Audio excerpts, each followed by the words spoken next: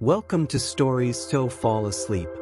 Make yourself comfortable in bed, because today I'm going to accompany you on this incredible journey to a deep and relaxing sleep. Tonight, you will experience the story The Never-Revealed Secret of the Hidden Room at Versailles. Subscribe to the channel to follow new stories every day, and if you want to receive exclusive stories, become a member of our YouTube channel.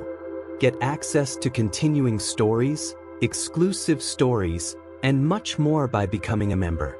By becoming a member of our channel, you will also be entered into a monthly draw for an all-expenses paid trip to the Bahamas with 2 companions. With each inhale and exhale, let my words transform into drowsiness and tranquility. Take a deep breath and exhale slowly. Feel your body relax. You have arrived. Now it's time to leave everything behind and just breathe. Inhale deeply, hold for a moment, and exhale slowly. Once again, breathe in and let go of everything that weighs you down, everything that doesn't need to be here right now. Let your body settle. Feel the mattress, the blanket, the silence around you. Now, just listen to my voice. There's nothing you need to do. Just listen and let each word lead you deeper. Come lighter. You are safe. You are at peace. And from now on, I'm going to tell you a story that begins in a simple place, but where time passes more slowly. Close your eyes, breathe deeply, and let your mind detach from the present. Feel the air entering your nostrils and leaving slowly, as if each breath were a veil that lifts, until it reveals an ancient and luminous world, full of wisdom, silence, and enchantment. Now, imagine yourself traveling gently back in time. Let the sounds of the modern world fade away, and listen to the silence. Quick warning, if you suffer from insomnia and anxiety, check out the first comment attached to this video, as I have a 7-minute trick that will eliminate your insomnia and anxiety today. Imagine a place where time doesn't run. He walks slowly with gentle steps. Imagine a night so silent that even the mirrors seem to hear. Now take a deep breath. Close your eyes. Let your mind wander. Today, you are about to enter the Palace of Versailles. But not as a tourist. You will enter as if you were part of it. As if the palace was created just to welcome you tonight. The air is light and a little cold, smelling of old roses, candle wax, and antique wood. Outside, the sky is completely clear. A huge, white moon illuminates the gardens, making the statues look alive. The water from the springs shines like liquid silver. And the sound? It's just the water running very lightly. There are no cars, there are no loud voices. Only at night. And you walk slowly. His feet touch the polished stone floor, cold, soft. The hallways are huge, lit by tall chandeliers. Each candle casts a soft, golden light that dances on the walls. The shadows move, but they don't scare. They are calm, almost friends. The walls are full of old paintings, serious faces, eyes that seem to follow you calmly, as if recognizing your presence. And then you notice the mirrors. They are everywhere. Large, with gold frames and handmade details. Some are almost 3 meters tall. And when you walk past them, you see much more than your image. It's as if they showed something from the past. A faint figure of a dress, a shadow of a dancer, a twinkle in the eyes of someone who once lived there. You feel it. Mirrors hold secrets. You enter a huge gallery. The Hall of Mirrors. A hall with dozens of mirrors on one side and huge windows on the other. The candles reflect 1,000 times. Everything seems multiplied. The sound of his footsteps echoes on the marble floor. You stop. He closes his eyes for a moment. And listen. Smooth steps. Low laughter. Whispers. A breeze touches your face as if someone passes you. Are you alone? But he does not feel alone. The palace is awake. This is no ordinary night. Something is about to happen. You feel like you're invited to something that happens only once every 100 years. A night in which the palace decides to reveal a secret kept between mirrors, tapestries, and silence. Maybe it's a forbidden love story. Maybe it's about a letter that never reached its destination. Maybe it's a queen's sigh, locked forever inside a silk chest. Or a small gold watch hidden under the floor of a closed room. You keep walking. He turns into a corridor and smells the smell of old perfume. Something between lavender and incense. The walls are closer. A narrow corridor that doesn't seem to be part of the maps. The lights are lower here. And all of a sudden, you see a door ajar. The dark wood with delicate carvings. A room? A salon? A secret? You push the door carefully. She creaks gently. Inside, there is a single lit candle on a table. All around, empty chairs, heavy curtains, and a different mirror. A round mirror with a silver frame, smaller than the others. You get closer. But his image is weird. Like it was you, but not now. Another time. Another version of you. Someone who lived that night before. Or he will live later. At that moment, you realize, time here is not like ours. He bends. He hides behind the curtains. It spreads in the glow of the chandeliers. It is reflected in every mirror, in every silence. And tonight, it will not be repeated. You sit in the armchair by the unlit fireplace. Even without fire, the place is warm. Comfortable. The wood crackles as if telling stories. You hear the house breathe, and he lets himself go. Now, you're no longer just listening. You're in. Part of the story. Part of the secret. Can you imagine what life was like there? The sound of dresses dragging on the waxed floor? The click of the crystal bowls? The sound of someone opening a letter with trembling hands? You're about to find out. This story is about mystery, about beauty, about what gets stuck in the corners of time. It's a soft, calm story made to lull you to sleep. But it is also full of emotion. Because every beautiful place carries a little sadness.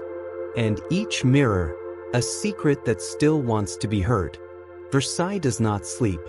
The mirrors are watching you. And the story starts now. You walk with slow steps down a corridor that seems to have no end. The chandeliers attached to the walls cast delicate shadows on the tapestries. The dark blue velvet curtains are closed, but even so, the moonlight escapes through minimal cracks and crosses the room like silver threads floating in the air. The air is warm and dense, with the smell of old wood, the scent of lavender, and something subtly sweet, perhaps dried roses hidden in forgotten vases. The mirrors along the hallway, small and oval, reflect you with small differences. You notice that your face looks more serious in one, more dreamy in another. It's as if the mirrors are testing your mood, as if they want to know if you're ready for what's coming. With each step, the marble floor creaks slightly, as if alive, commenting in whispers on the fact that you are there. Then all of a sudden you hear a sound, almost imperceptible, like the dragging of a long skirt in an empty hall. Or maybe a muffled laugh, the kind that lets loose behind a fan. You stop, hold your breath, but everything goes back to silence. A thick silence, loaded with memories. You arrive in front of a double door. The leaves are tall, of light wood, with fine carvings of flowers, leaves, and small carved faces. Faces of angels, perhaps, or of former palace owners. You touch the doorknob and feel that it is warm, as if it has just been used. The door opens effortlessly, with just a slight push.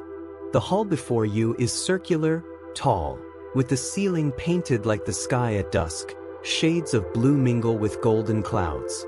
Small silver stars shine on the walls, made with gold leaf. In the center of the ceiling, a crystal chandelier, immense, imposing, glows with hundreds of candles. The light he casts is warm, delicate, flickering. The floor is covered with a thick, dark red carpet, with floral designs almost erased by time. The walls of the hall are full of mirrors. Tall, wide mirrors, framed in gilded wood, with details of leaves and ribbons. They are perfectly clean, as if they had been polished minutes before your arrival. Each mirror reflects not only your body, but also the magical atmosphere of the environment. You see yourself in 1,000 versions, each with a slightly different twinkle in your eye. In the hall there are old chairs and armchairs arranged in a circle, as if a secret meeting were about to take place. In each of them rests a solitary object, a fan with peacock feathers, a golden ball mask, a worn leather notebook, a dried flower attached to a ribbon bough.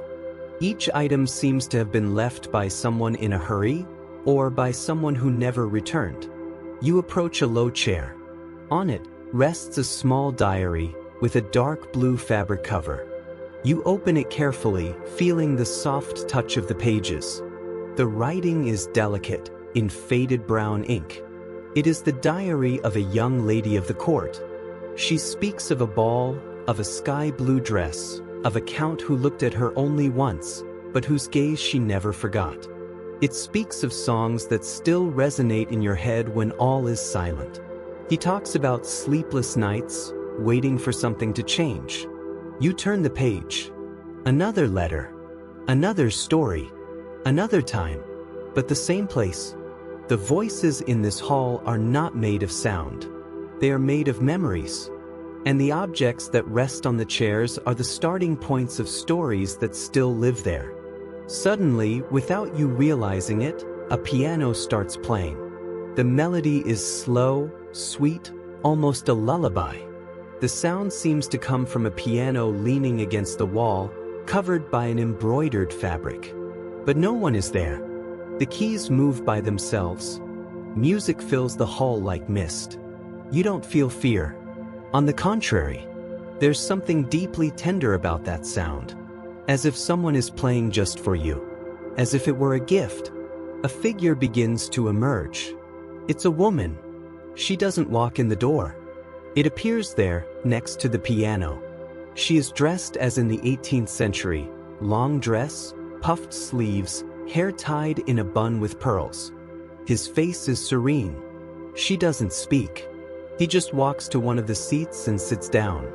Then a man appears, formal attire, with a dark coat and lace scarf.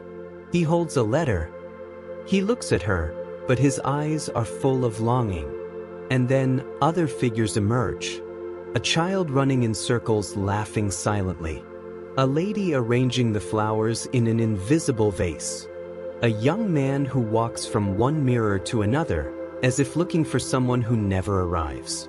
They don't notice you, but you feel that your presence is accepted. It's as if you were watching an eternal rehearsal. A fragment of time that repeats itself over and over again, night after night, in silence. All those who once lived there left something behind. And this hall is where everything that was forgotten lives on. You walk between the figures. You feel a slight shiver on your skin, but it's pleasant. The whole room seems suspended, as if out of time. You close your eyes and listen to the music, which remains soft, rocked by a harp that now joins the piano. When you open your eyes, all the mirrors around show you. But not exactly as it is now. Each mirror shows a slightly different you. Younger, elder, sadder, happier. A dancing you. Another who observes. One who writes. Another who smiles alone. You understand, then, that this salon does not only reflect images. It reflects possibilities, feelings, thoughts you haven't even had yet, emotions that only exist here, under the calm glow of candles and the watchful eyes of time. You sit down, close your eyes, and let the music play inside his chest, because here, silence speaks, and the memories, even yours, learn to dance.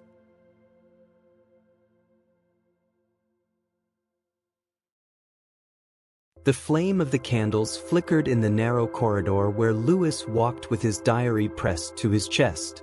After reading the first few lines written by Camille Dartois, something inside him had awakened. It was not fear, nor common excitement. It was a deeper feeling, as if he had just opened not just a diary, but a window to another time. Walking back through the dusty corridors of the lesser-known wing of the palace, he noticed the paintings with cracked frames, the portraits that watched him as if they knew what he had just discovered. The silence now seemed more alive. The sound of his footsteps echoed as if the runners were paying attention. Louis stopped in front of an antique tapestry, worn by time, which showed a garden. The colors, even faded, still kept beauty. But there was something else there. A slight tear in the side revealed an iron hook in the wall. Curious, he pulled the tapestry carefully, revealing a small wooden door with a simple lock. He thought, maybe it was inside the diary. He opened the diary again and carefully turned a few pages. There, between two thin sheets, was the key. Oxidized, with a blue satin ribbon tied to the top, as if waiting for him. Louis inserted the key into the lock. With a slight crack, the door opened, revealing a small room, lit only by moonlight that passed through a tall, narrow window. The air inside was warm and dense, as if it was holding old sighs. The room was simple. A narrow four-poster bed, a desk with a quill and dry inkwell, and a shelf with a few leather-bound books. On the floor, a rug with oriental designs, worn, but still beautiful. The smell of jasmine was stronger there, as if Camille was still present. Louis sat down on the edge of the bed and opened the diary again, this time moving on to the next pages. Autumn, 1788. Today the sky seemed to be waiting for something. The clouds formed in drawings that reminded me of unopened letters. My heart. A messenger brought a new order to the palace, and along with it, my freedom became more of a decorative detail, like the mirrors around it. Louis read slowly, as if each word needed time to breathe. The style was poetic, full of contained emotion. Camille's voice seemed to whisper in the back of his mind, and for a moment, Louis was no longer in 2024. He was there, next to her, in a time where opulence hid loneliness, and where love had to hide between curtains. He continued, I met someone who should not have entered this palace, but whom the wind brought to me. He did not wear a white wig or speak like a courtier. He had earth in his hands and eyes that knew how to hear. He told me about the trees beyond the walls, about a world that does not live in gold, but in cool shade and freedom. Louis felt a lump in his throat. With each page, Camille revealed more of her soul, a soul trapped in a beautiful but unforgiving world. Her words seemed to carry not only feelings, but also perfume, texture, silence. It was as if the diary itself breathed. Rising from the bed, he walked to the window. Outside, the main garden of Versailles stretched out like a dark green ocean. The shadows of the trees stretched out like fingers. And even in the darkness, there was something welcoming about that vision. Louis wondered if Camille was also looking out that window. If she also dreamed of what lay beyond. On the shelf, he found a small wooden box. Inside was an oval medallion, with a hand-painted miniature, the face of a young woman with a serene expression. In the background, a tree and a bridge, symbols, perhaps, of an encounter. There was also an unsealed letter. Louis opened the letter carefully. It was for someone named Etienne. My dear, today I hid this note where I know no one else will find it. Maybe one day, if someone who believes in the invisible finds you, my voice will reach you. I write not out of hope, but out of love. Because even if I never see you again, I need the world to know that we exist. Louis's hands trembled slightly. It was more than a historic discovery. It was an intimate encounter with the soul of someone he had loved in silence, in secret, amid the glitter of chandeliers and the weight of etiquette. He went back to bed, sat down with the diary on his lap, and read until he no longer knew whether he was awake or dreaming, until the words started to sound like music, until the room, the palace, the world fell completely silent. That night, Lewis didn't just find a forgotten room. He found an echo, an ancient heart that he was still beating there, and that, somehow, he had chosen him to listen. Lewis woke up in the same room where he had fallen asleep reading Camille's words. The morning light had not yet emerged. The world seemed suspended, caught between night and dream. But he knew he was awake. He could smell the old pages, the gentle breeze that came in through the half-open window, and most of all, he felt her presence. Not of a ghost, but of a living, pulsating memory. Something that the palace had decided to share with him. He lit a nearby candle and pulled the diary back into his lap. The pages were now lighter, as if they had waited all night for his return. Lewis didn't hesitate. He opened to the next point and began to read, as if listening to a sacred story. There are nights when the palace breathes.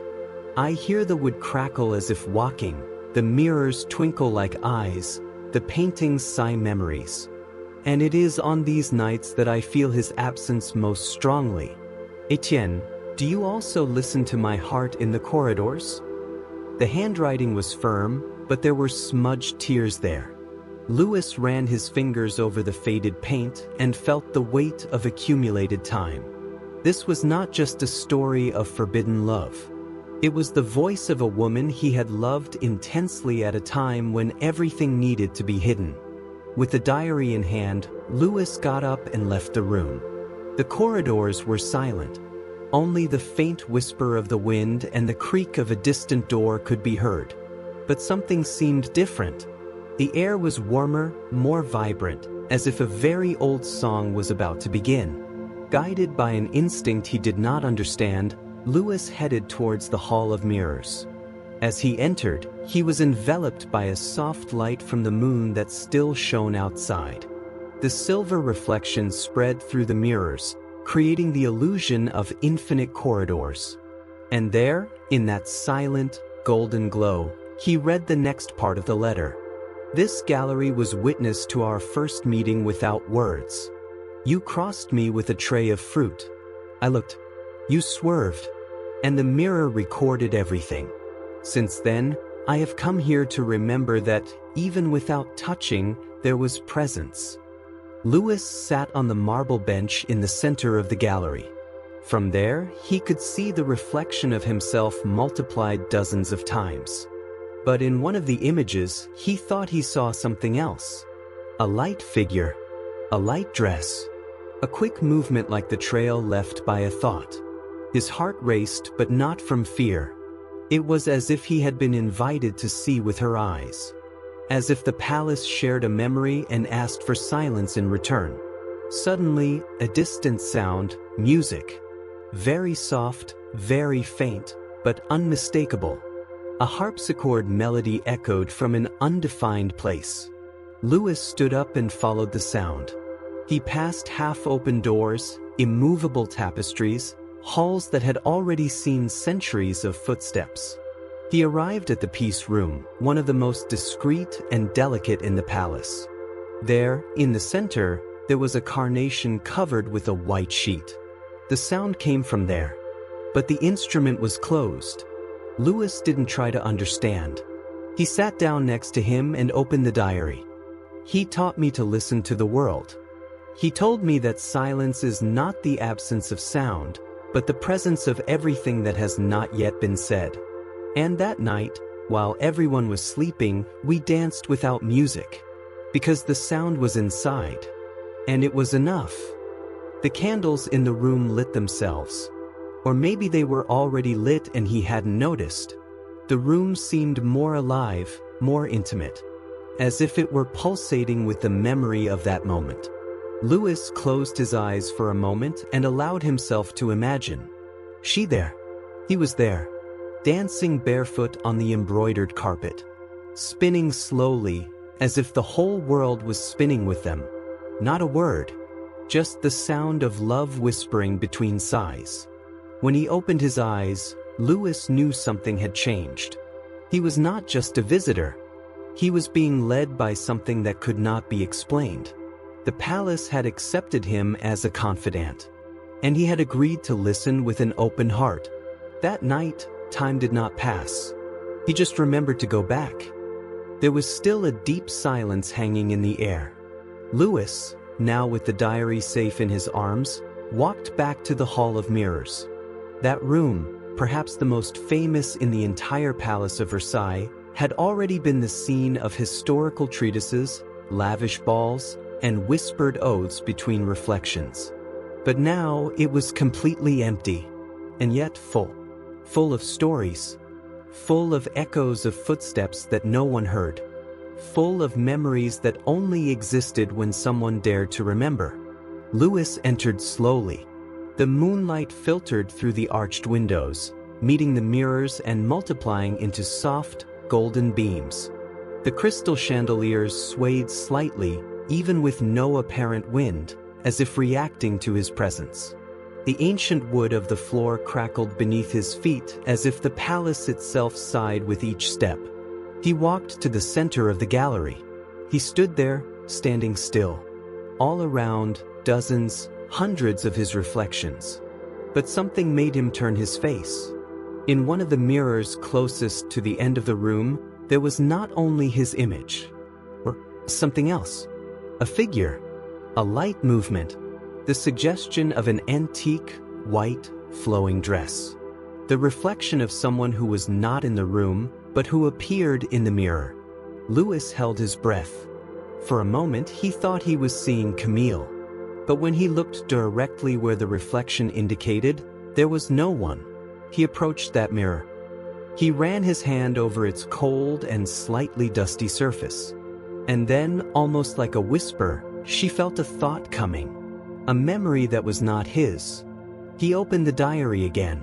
The next page was more worn, as if it had been read many times. This gallery is where I always return.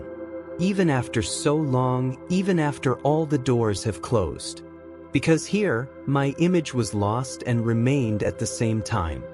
Here, he saw me smile for the last time. Louis closed his eyes and imagined Camille walking through that gallery, dressed in a light silk suit, her hair tied up with blue ribbons. Running his fingers over the marble columns, observing his own reflection with sadness and courage. A man on the other side, Etienne, standing in the distance, pretending to be just another among the servants. She looks at him. He deflects. But mirrors don't lie. They face each other there, between reflections, between worlds they could not touch. The golden light of the morning coming in through the windows. And a silent goodbye that drags on to this day. Louis opened his eyes again. There were tears on his face. Not yours. Or maybe they were. It was hard to know. Everything in that gallery was about overlapping, of images, of times, of emotions. He then noticed something curious. In one of the gilded frames was a small crack. And inside the crack, a sheet folded very carefully. He took it off gently. It was a letter, but smoky by time, but legible. He promised to come back. And I promised to wait. But time is a river that does not flow in a straight line. Sometimes he bends over inside mirrors. And maybe, somehow, we are still there. Stopped. Looking. Without saying. Just feeling. Louis sat on the wooden floor, still warmed by centuries of sunshine. He opened the diary again, leafed through to the last page written. The rest of the notebook was blank. But he knew there was still more history. And the palace gently began to tell her. After the experience in the Hall of Mirrors, Louis felt part of something bigger, as if he were going through layers of time with his feet still firmly in the present. Camille's diary had become a map, and he knew that the next destination lay just beyond the stained glass windows, in the silent gardens of Versailles. Carefully, he walked to one of the large glass doors that led outside.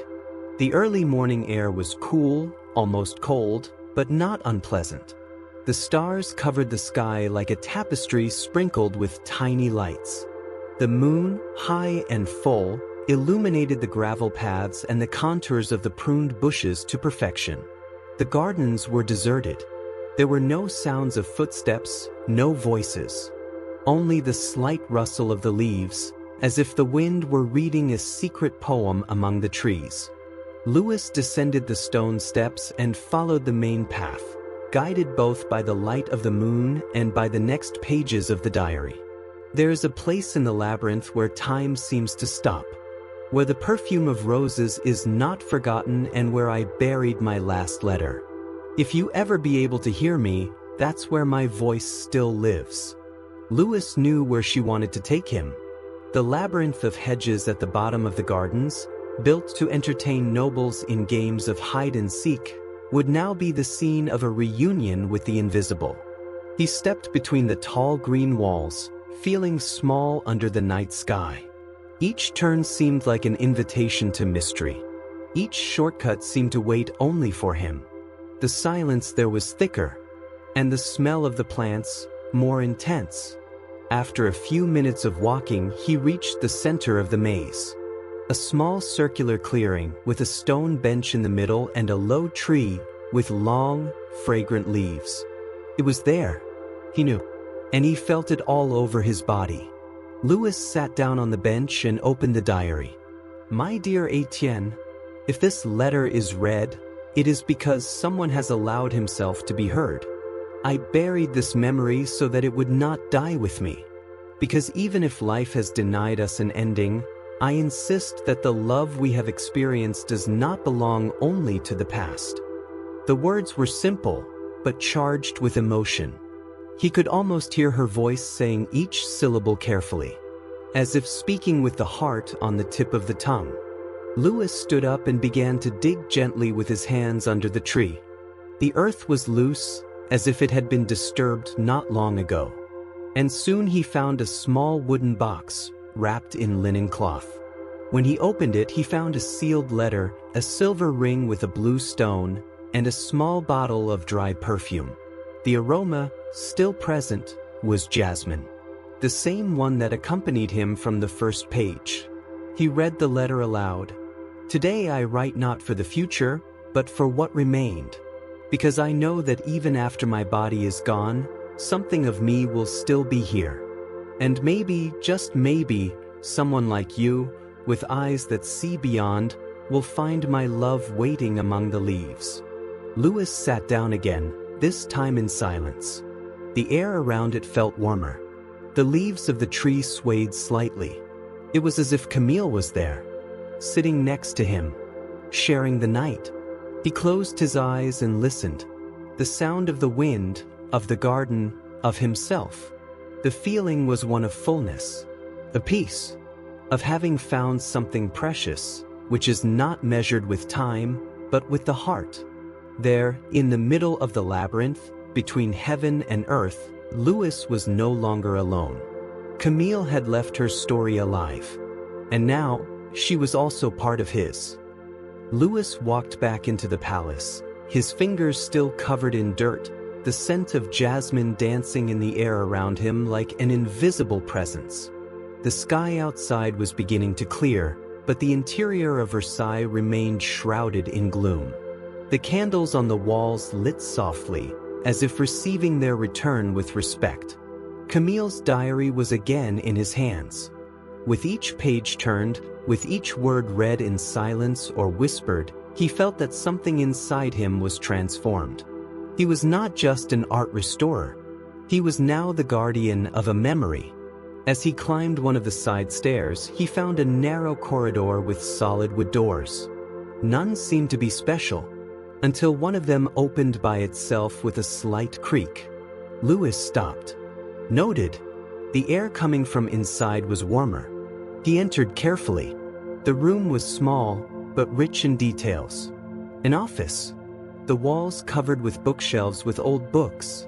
In the center, a desk with writing pens, scrolls of parchment and hardened wax. The morning light began to appear through the tall windows, tinting the room a soft golden hue. Louis approached the bookshelf and ran his fingers over the spines of the books. Many titles were erased, but one of them looked more recent, even with the old binding. When he pulled, a dry sound echoed. A compartment opened behind the bookshelf. Inside, there was another letter, and a small blue velvet box.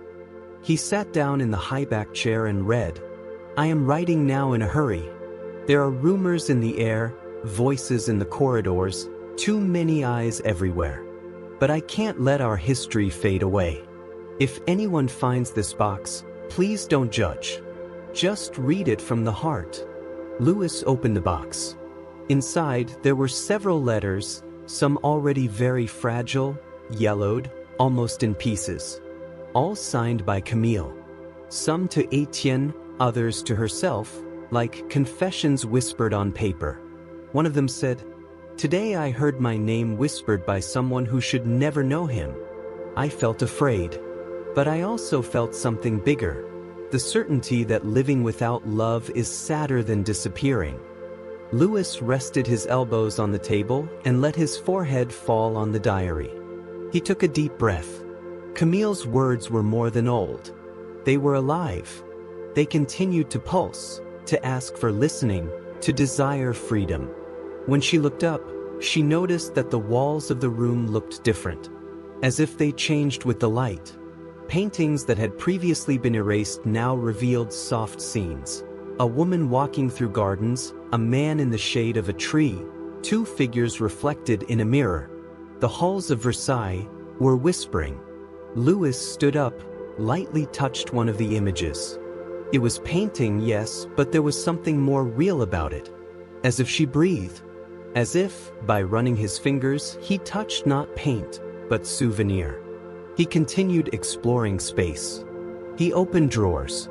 He found fragments of poems, small drawings, notes without an addressee. Everything spoke of the same love, from the same secret, of the same hope.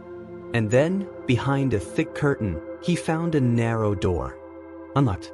He led him to a spiral staircase. The cramped walls, the humid air. He went down carefully until he reached a small underground hall. Dimly lit but cozy. In the center, a marble bust covered by a thin cloth. Louis pulled it out. It was Camille. Young, serene, with downcast eyes and an almost sad smile. The base of the sculpture had an inscription.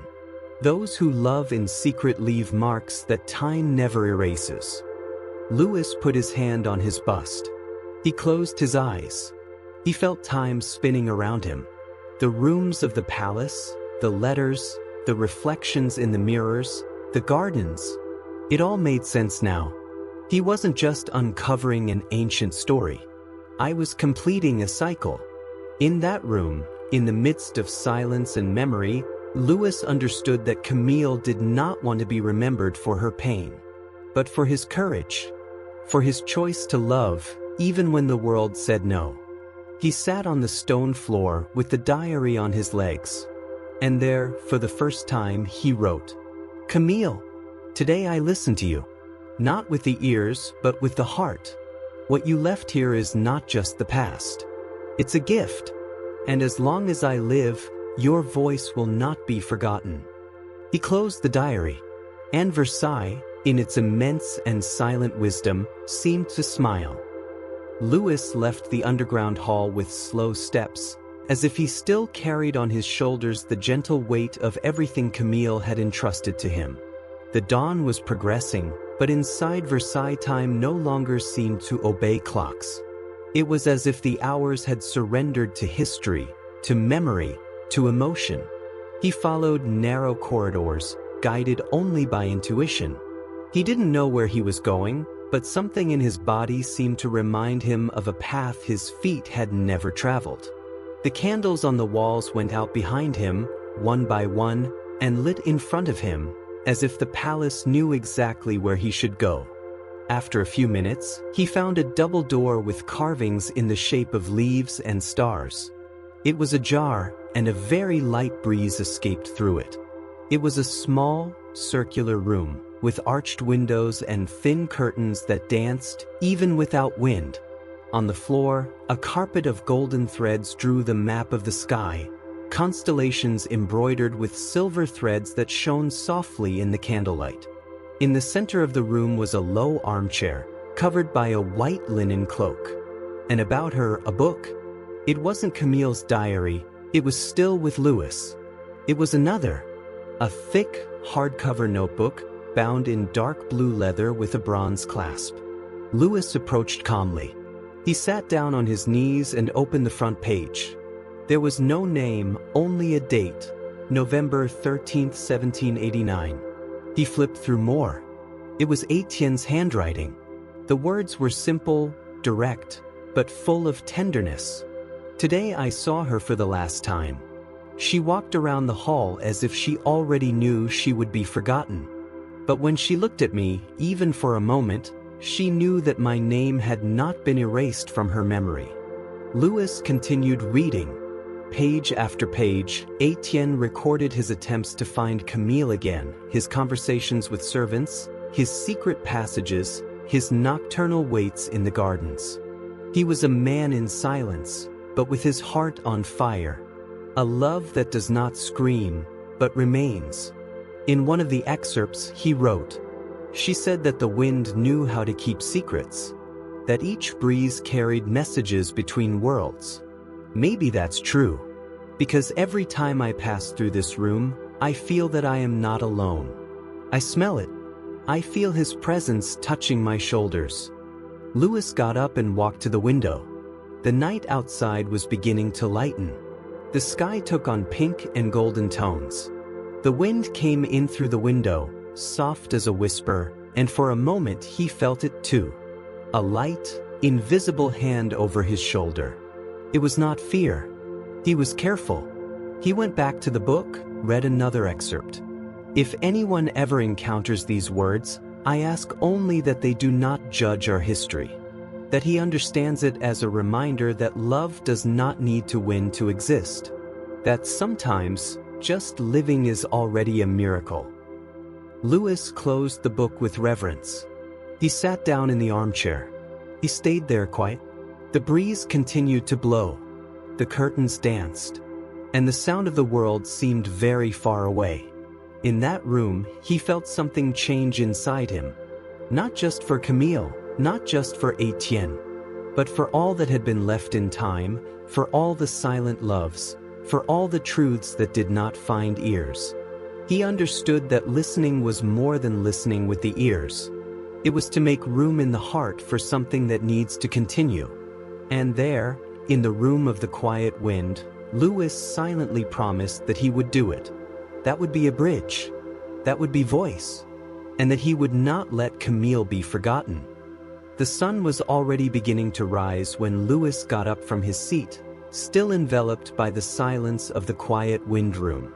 The morning light poured in through the windows and painted the walls with soft shades of gold, as if the palace itself were slowly waking up, respecting the delicacy of the moment. It was a new day, but everything about it seemed to remain part of the same magical night. With Camille's diary in hand and Etienne's book carefully tucked under his arm, Louis left the room and returned to the wide corridors of Versailles. His footsteps did not echo as before. It seemed that the ground received him with kindness. He followed unhurriedly, guided only by a sensation. A soft call that came from somewhere inside the palace. In one of the less visited wings, he found a narrow staircase. It was ancient, spiral, with stone steps already worn by time. An iron railing decorated with leaves and flowers accompanied him on the descent. Each step he took was accompanied by a slight creak, as if the ladder also wanted to tell a story. And Louis listened. The descent was long. The air became cooler, denser.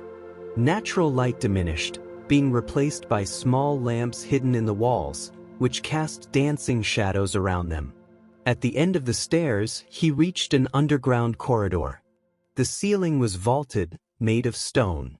And the smell there was of old moisture, mixed with something sweet. Maybe dried flowers, maybe souvenir. At the end of the corridor, there was a dark, heavy wooden door. Louis pushed her carefully. It opened slowly, creaking like an old tree moved by the wind. On the other side, there was a large, circular hall, with tall stained glass windows that let through the soft morning light filtered through the stone walls. It was a secret room, a room that seemed to exist outside of time. In the center, there was a marble fountain where the water slowly flowed down, creating a constant, hypnotic sound.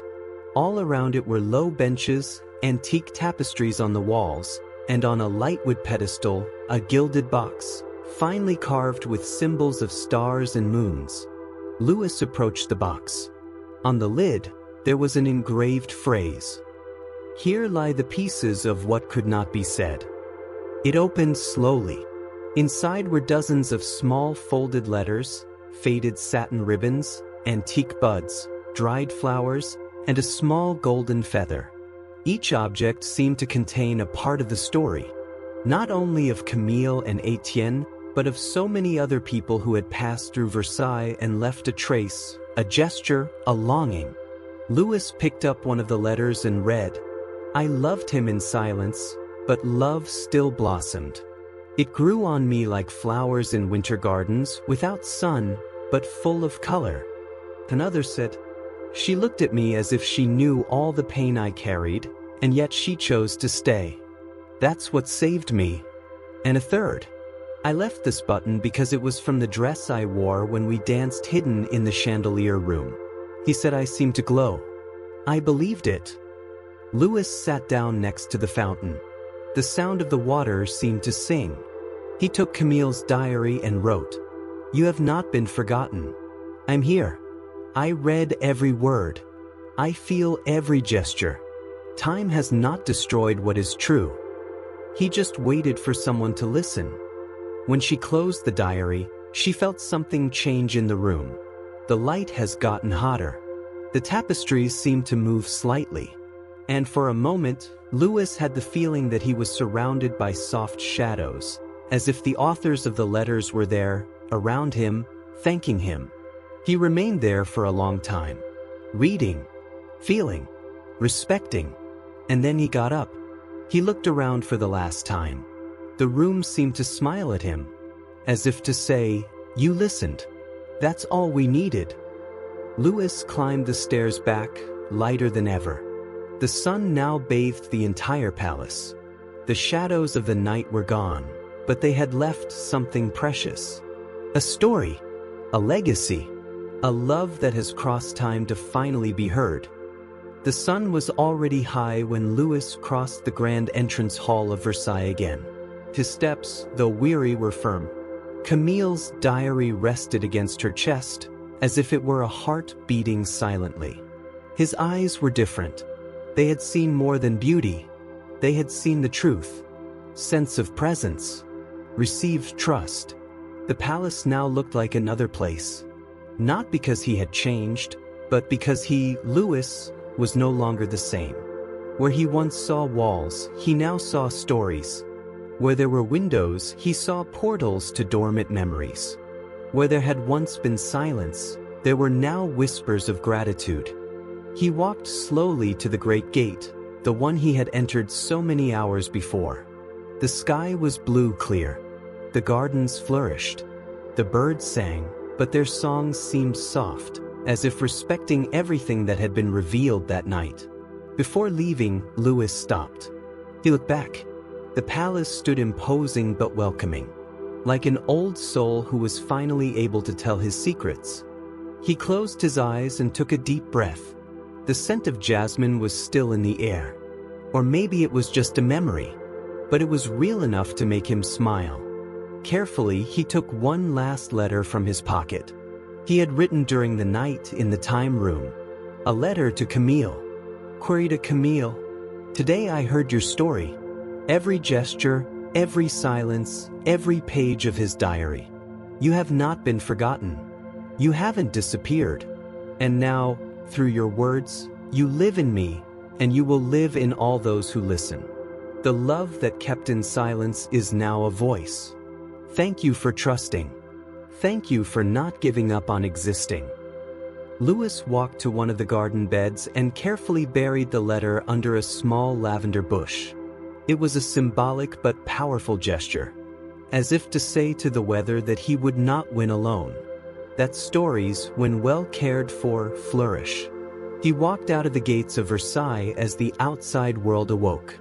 The sound of cars in the distance, the rhythm of the city, everything seemed distant. Inside it was still night.